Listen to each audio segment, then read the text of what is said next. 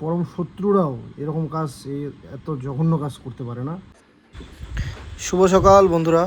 আজকেও দেখো সকাল সকাল বৃষ্টি, সরি সকাল সকাল নয়, কাল রাত থেকেই বৃষ্টি চলছে এরকম করে। খুব জোরেও নয়, খুব আস্তেও নয়, মানে এই রকম ঝিমঝিম করে বৃষ্টি এক নাগাড়া চলছেই। মনে হচ্ছে যে আবার হয়তো ছোটো মোটো একটা বন্যার দেখা মিলবে আমাদের।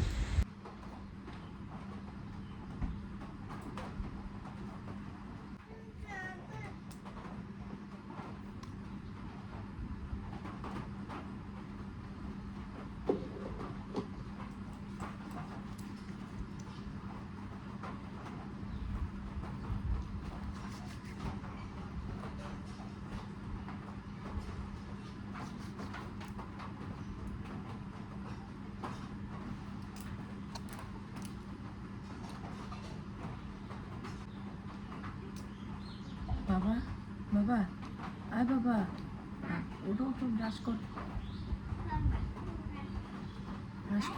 ব্রাশ করে খাওয়া দাওয়া করো। কি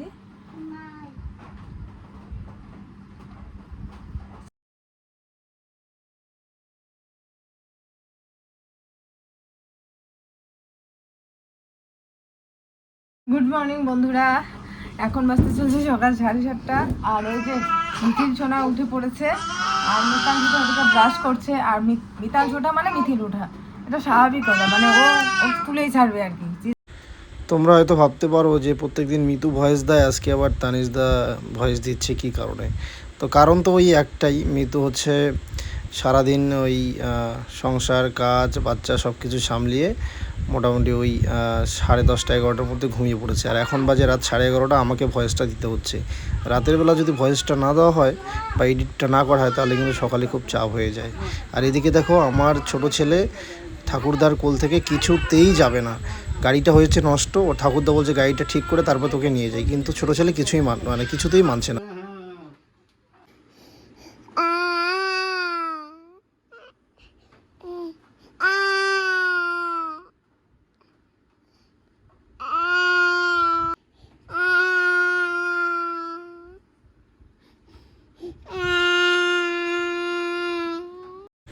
তো মিতু আমাকে বললো যে আজকের ভিডিওর ভয়েসটা তুমি দাও, কারণ হচ্ছে আমার শরীর একদম চলছে না, আর পারছি না, আমার একেবারেই ঘুম পাচ্ছে, তুমি একটু দাও। আমি বললাম যে আমি ভয়েসটা না দিই, কারণ আমার ভয়েস দিলে অনেকেই অপছন্দ করবে, বা আমার ভয়েসটা অতটাও পছন্দ করবে না যতটা তোমার ভয়েস দেখে তারা অভ্যস্ত। তা ওই ভাজার মধ্যে ভাজা করে ভাজা রান্না করছে বন্ধুরা, একটা ভাজা, ঠিক আছে। তার মধ্যে প্রথমে বলে 1 কড়াই জল দিছে, এটা ডাল রান্না করছে। ডাল একদম কড়াইটার কি অবস্থা করছে, দাঁড়াও ডালটা নামায় দেখাই না। এই ডালটা তোমাকেই খাওয়াবো, যে ডাল হয়েছে, জল দিয়েছি তো 1 গামলা। না জল দেইনি, তার মধ্যে লঙ্কা দিছো, দেই নাই জল। এগুলা কি, এগুলা এই কড়াইটা আমি এখন তুলবো কেমন করে? সিরিয়াসলি কত, এই কড়াইটা কিভাবে তুলবো? উঠবে তাড়াতাড়ি উঠবে, বন্ধ করো, ভাতটা নামাও হবে। আর এতবার করে বলা হয় যে সবসময় বাড়িতে হেলদি ফুড রান্না করো, হেলদি জিনিস খাও, কিন্তু কে কার কথা শোনে। মিতু তো ওই বড়া পকোড়া এইসবই ভালোবাসে, ভাজা, তেলে ভাজা মশলাযুক্ত খাওয়ার। এবার আমাকে দায়িত্ব দিল যে বড়াটা একটু উল্টিয়ে আসো। এগুলো কিন্তু চাল কুমড়োর বড়া। এবার কি বলবো, আমি যখন গেলাম দেখছি যে এরকম সুন্দর বড়া হচ্ছে, তখন কি আর লোভ সামলানো যায়? যদিও যতই হচ্ছে ইসে মেনটেন করো, কিন্তু যখন চোখের সামনে এরকম গরম গরম কড়কড়া ভাজা জিনিস দেখা যায় তখন আর না খেয়ে পারা যায় না। তাই একটা ভাজা হওয়ার পরে কিন্তু আমি এক পিস খেয়ে নিই, এক টুকরো বলছি। যাই হোক, ভয়েসগুলো মানে গোছানো নয়। মিতু হয়তো যেভাবে বলে বা যেভাবে শেয়ার করে সেভাবে হয়তো পারছি না। আমি জানি ওর ভয়েসও খুব একটা বেশি ভালো নয়, হয় না আগের মতো আর ওইভাবে মন দিয়ে খুব সুন্দর সাজিয়ে গুছিয়ে আর ব্লগ করা খুব সম্ভব হয় না। একটা সিচুয়েশন হয়েছে, আমি রাত্রে তোমাদের সাথে শেয়ার করব। তো পুরো পাড়া একদম থমথমে পরিবেশ, মানে কি বলবো আর, মানে ভাষায় প্রকাশ করতে পারবো না এরকম পরিবেশ। এদিকে তো বৃষ্টি হবেই, তার মধ্যে ও নাই বাড়িতে। সবার মুখে মুখে শুধু একটাই কথা, আর একটাই মানে মানে একটা থাকে না পাড়ার মধ্যে একটা কিছু হয়ে গেলে সবার মুখে মুখে একটাই কথা থাকে, সেটাই আর কি চলছে। আমি এখন বিছানার চাদরটা চেঞ্জ করব, চলো দেখতে থাকো। দিয়ে দুধের জালটা একটু কমিয়ে দিই, আবার সন্ধ্যাবাতি দিতেই হবে, সন্ধ্যাবাতি দিব। এই কয়দিন সন্ধ্যাবাতি আমি দিইনি, গ্যাসটা কমিয়ে দিলাম। ওই যে বললো মিতু একটা খারাপ সিচুয়েশন হয়েছে, আর এমন খারাপ সিচুয়েশন হয়েছে আমাদের পাড়ায় সেটা আর বলার মতো না। মানে এরকম কাজ জীবনের বড় শত্রুও করে না, যেটা আজকে একটা মানুষ করেছে। আসলে না বললেই নয়, পুরো পাড়া কিন্তু আমাদের একেবারে ওই একটা আলোচনা নিয়েই পুরো মানে চলছে আর কি, স্তব্ধ হয়ে গেছে সবাই। এমন একটা ঘটনা ঘটেছে। আমারই এক পরিচিত বন্ধু, তার বাবা আর এক আমারই পাড়ার, মানে দুজনেরই আমাদের পাড়ার। তা আমার বন্ধুর বাবা আর হচ্ছে আর এক পাগল বলতে পারো একটা মানুষ। ওই পাগলের কি বলবো, পাগলের রূপ, পাগল তো আছেই, কিন্তু তারপরে দেখবে কিছু মানুষ পাগল বলেই অনেক কিছু করেও সেটা হচ্ছে ভুল করলেও অনেক ছাড় পাওয়া যায়। তো সেরকমই হয়েছে যে মানুষটা হ্যাঁ পাগল ঠিকই, কিন্তু এমন এমন কাজ করে, এমন এমন ঘটনা ঘটিয়ে দেয় যেটা তোমরা কখনো মানতেই পারবে না। এবার হয়তো কিছু একটা ওই ক্ষেতের জল নিয়ে বা কিছু একটা হয়েছে, কিন্তু হয়েছে বলে একটা মানুষকে এভাবে মানুষ মারতে পারে বলো? তো আমার বন্ধুর বাবা ফাঁকা মাঠে এভাবে রোয়া কী বলে তোমার ধান লাগাচ্ছিল, ফাঁকা মাঠে কাজ করছিল। তো সেম ওই পাগল ব্যক্তিও গিয়ে কাজ করছিল। হয়তো পাশাপাশি জমি থাকাতে কি হয়, অনেক সময় অনেক কিছু হয়, জল দেওয়া থেকে শুরু করে নানান রকম ছোটোখাটো সমস্যা হতে পারে। তাই বলে মানুষ কিন্তু এত সহজে একটা মানুষকে এইভাবে মারতে পারে না। এত জঘন্যভাবে, এত খারাপভাবে মেরেছে, সেটা বলার মতো না। আমি ফোন করে এখন তো ভয়েসটা দিচ্ছি রাত 11টা, সাড়ে 11টা বাজে। আমি একটু আগেই ফোন করে শুনলাম বন্ধুটার কাছে, বললো যে হসপিটালে নিয়ে গেছিলো, অনেক কিছু চেক আপ দিয়েছে। তারপরে এমন এমন জায়গায় মেরেছে সেটা বলার মতো না। গলা টিপে ধরেছিল, তারপরে হচ্ছে গিয়ে মাথায় বাড়ি মেরেছিল, বুকে মেরেছিল। আর তোমরা দেখবে যে একটু পাগল টাইপের মানুষের গায়ে কিন্তু খুব শক্তি থাকে। আমার বন্ধুর বাবা একটু দুর্বল টাইপের প্রকৃতির, তাই হয়তো পেরে ওঠে নাই, কিন্তু তখন একেবারে গলা টিপে ধরছিল, চিল্লাহাল্লা হচ্ছিল। পরে পাটক্ষেত থেকে দু একজন এসে, যেটা শুনলাম আর কি, বাঁচিয়েছে বা ক্যাচালটা থামিয়েছিল, যার জন্য কিন্তু ওই বন্ধুর বাবাটা বেঁচে গেছে। তারপরে এভাবে বাড়িতে আসে কোনো রকমে, তারপর হসপিটাল নিয়ে যায়।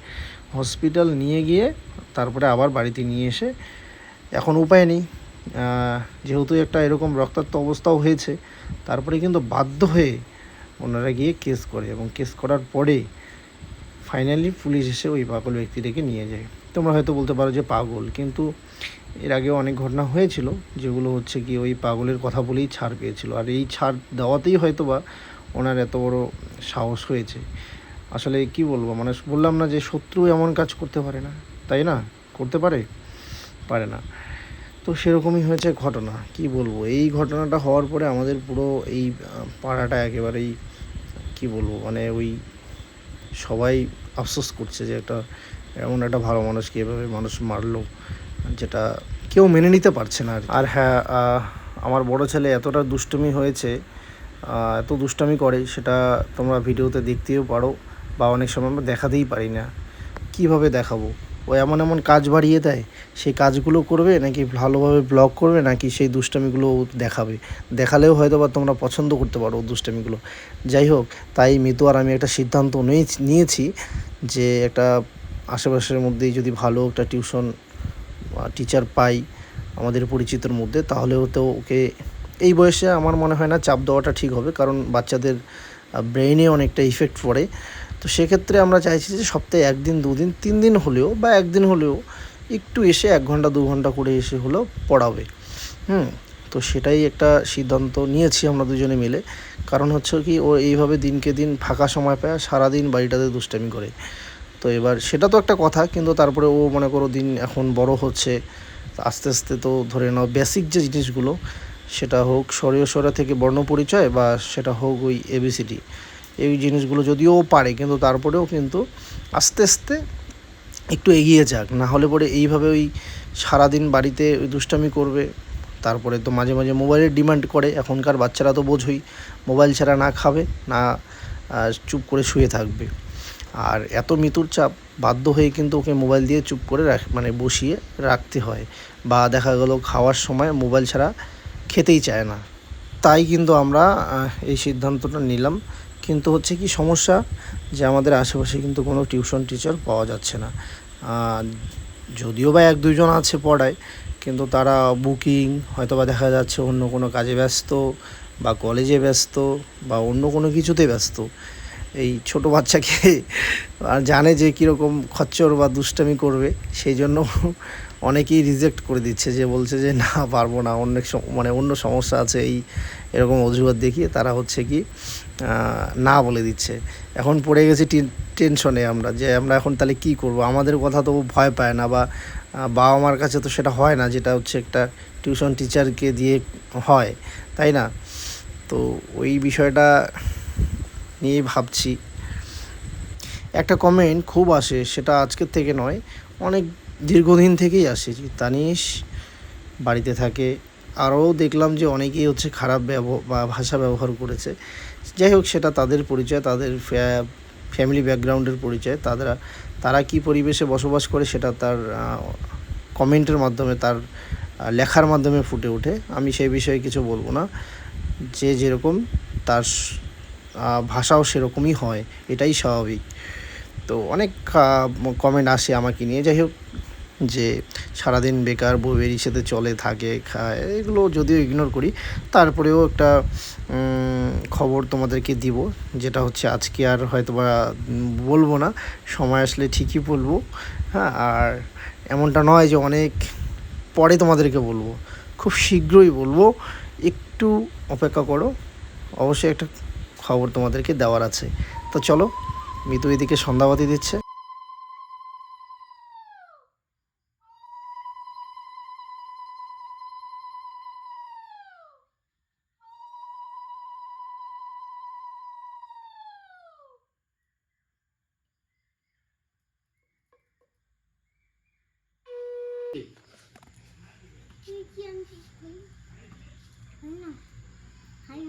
এটা ভাইয়ের, তোমাকে অর্ধেক দেবো, ভাইকে অর্ধেক দেবো। আসো, আমি হাত পাগুলো ধুয়ে দিই। আসো আসো, হাত পা ধোয়া দেবো। এদিকে আসো, এদিকে আসো, উপরে আসো, কমন। আচ্ছা, স্টার্ট। খাও খাও, দাদাকে খাওয়াই দাও, দাদাকে, বাবা দাদাকে খাওয়াই দাও, দাদাকে। আরেকবার দাও, দাদাকে দাও। ওরে বাবা, শায়দ শায়দ কিচ্ছু হয় নেই, দাও দাও দাও, শায়দ দাদাকে দাও। দাদা তুমি খাওয়া দাও ভাইকে আরেকবার।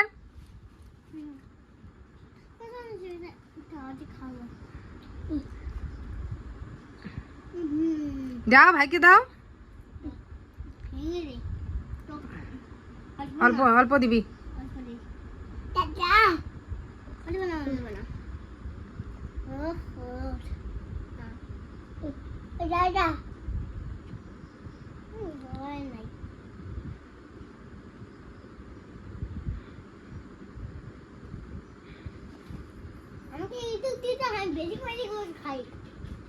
দাও, দাদাকে বেশি করে দাও।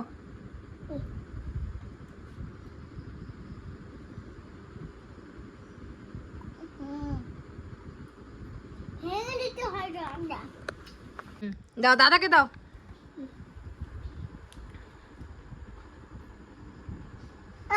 হ্যাঁ, দাদা খাওয়া দাও ভাইকে আরেকবার।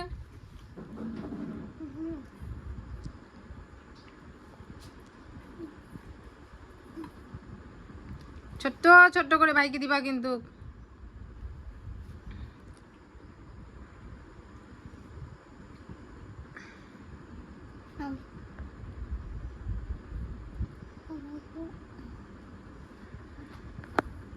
বাবা, তোমাকে ভাই কামড় দেয় না?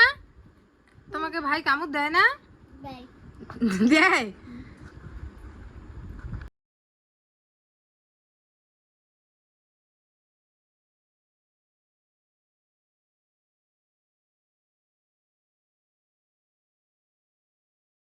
কোথায় আছিস তো? কেমন আছে? কি হয়েছিল? মানে মানে ওই পাগলায় আর কি ইয়ে করছে না?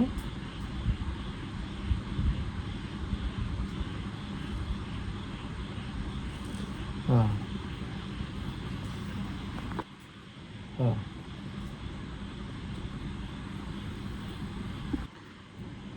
তো বন্ধুরা, যেটা বুঝলাম, শত্রুরাও, মানে চরম শত্রু, পরম শত্রুরাও এরকম কাজ, এত জঘন্য কাজ করতে পারে না। আমি বাড়ি আসলাম একটু আগে, আমি কোচবিহারে গিয়েছিলাম একটা দাদার সাথে একটা কাজে। যাই হোক, এসেই আমি মিতুর মুখে শুনলাম, তারপরে বন্ধু, আমার খুব ক্লোজ বন্ধু, তাকে ফোন করলাম। তার বাবার সাথে একটা এরকম দুর্ঘটনা হয়েছে, যেটা তোমাদেরকে মিতু হয়তো এর আগে শেয়ার করেছে আগে ভয়েস।